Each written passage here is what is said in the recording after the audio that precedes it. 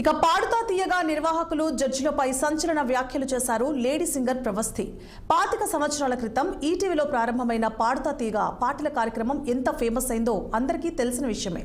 Legendary singer స్వర్గీయ SP Balasubrahmanyam గారు ఈ కార్యక్రమానికి హోస్ట్, జడ్జిగా వ్యవహరిస్తూ సమర్థవంతంగా నిర్వహించారు.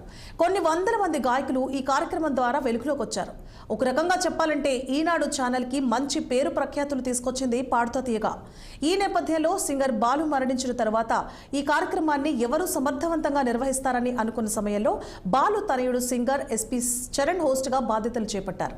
ప్రస్తుతం పాడుతా తీయగా సిల్వర్ జూబ్లీ సిరీస్ కు సింగర్ సునీత, పాటల రచయిత చంద్రబోస్, సంగీత దర్శకుడు కీరవాణి జడ్జిలుగా వ్యవహరిస్తున్నారు. అంతా సాఫీగా సాగుతున్న సమయంలో జడ్జిలపై షాకింగ్ ఆరోపణలు చేశారు సింగర్ ప్రవస్థి. ఇక ప్రవస్థి గురించి చెప్పాలంటే చైల్డ్ ఏజ్ లోనే సింగర్ గా వివిధ కార్యక్రమాల్లో పాల్గొంటూ సూపర్ సింగర్ సహా ఎన్నో షోల్లో విజేతగా నిలిచారు. అలాంటి ప్రవస్థి ఇంత త్వరగా ఇప్పుడు ఈ షో నుంచి ఎలిమినేట్ అవ్వడం ఆడియన్స్ ని ఆశ్చర్యపరిచింది. ఇక తన ఎలిమినేషన్ పై ప్రవస్థి రియాక్ట్ అవుతూ ఇన్స్టాగ్రామ్ స్టోరీలో వరుస పోస్టులు పెట్టింది. పాడుతా తీయగా కార్యక్రమం వెళ్లాలనుకునే వారు జడ్జిలుగా రిఫరెన్స్ లేదా రికమెండేషన్ ఉంటేనే వెళ్ళండి, లేకుంటే మీకు అన్యాయం, మానసిక వేదన తప్పదంటూ స్టోరీలను పోస్ట్ చేసింది.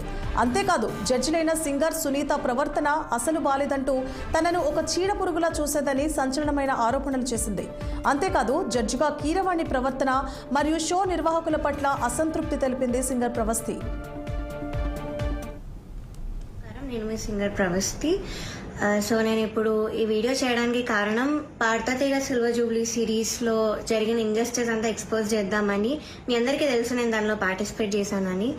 సో అక్కడ ఏదైతే జరిగిందో అదంతా నేను ఇక్కడ క్లియర్గా చెప్తాను వీడియోలో. ఈ వీడియో చేద్దాం అనుకునే ముందు చాలా మంది ఆపడానికి వచ్చారు నన్ను ఈ ఫీల్డ్, మ్యూజిక్ ఫీల్డ్ నుంచి. బికాజ్ నీ కెరియర్ ఎఫెక్ట్ అవుతుంది, నీ మంచి ఫ్యూచర్ ఉంది, ఎందుకు పాడు చేసుకుంటున్నాను చాలా మంది ఆపడానికి ట్రై చేశారు.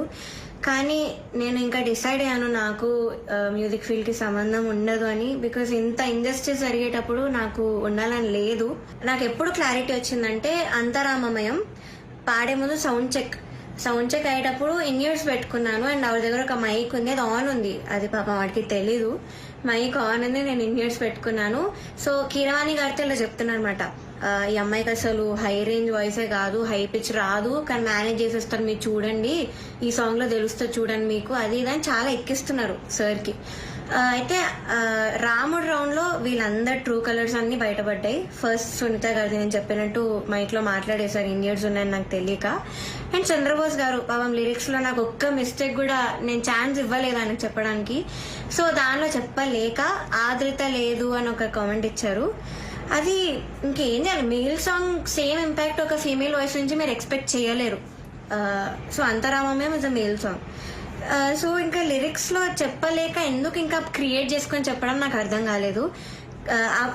అదే రౌండ్ లో ఒక అమ్మాయి లిరిక్స్ మర్చిపోయింది రాముడి పాటలో, అది మాత్రం ఆయన మెన్షన్ చేయలేదు. Being a lyricist and responsibility ఉండి కూడా ఆయన చెప్పలేదు ఆ రౌండ్ లో. సో ఇది కూడా మీకు న్యాయం అనిపిస్తుందా? కీరవాణి సార్ గురించి మాట్లాడదాం. అఫ్ కోర్స్ నాకు చాలా హేట్ వస్తుంది దీనికి మాత్రం, and I'm ready for it because I don't care. అందరికీ తెలుసు సూపర్ సింగర్ లో నా ఫైనాన్షియల్ సిచ్యువేషన్ గురించి కానీ అంతా బయట పెట్టాను. సో దానివల్ల నేను కొన్ని వెడ్డింగ్ షోస్ అలాంటివి చేయాల్సి వచ్చింది. సో ఈ పాయింట్ మీద సార్ మాట్లాడారు. ఏమన్నారంటే అసలు వెడ్డింగ్ షోస్ చేసేవాళ్ళు నా దృష్టిలో సింగర్సే కాదు, నాకు చాలా అసహ్యం, it's like your disrespecting music అని మాట అన్నారు.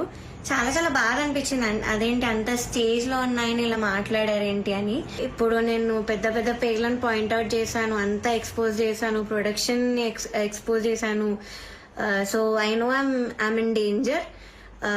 ఆడియన్స్కి ఏం తెలియాలంటే నాకు ఏమైనా అయినా, మా ఫ్యామిలీకి ఏమైనా అయినా, లేకపోతే మేము ఏమైనా చేసుకున్నా సునీత గారు, చంద్రబోస్ గారు, కీరవాణి గారు, Gnapika productions Anil sir is responsible for all of this.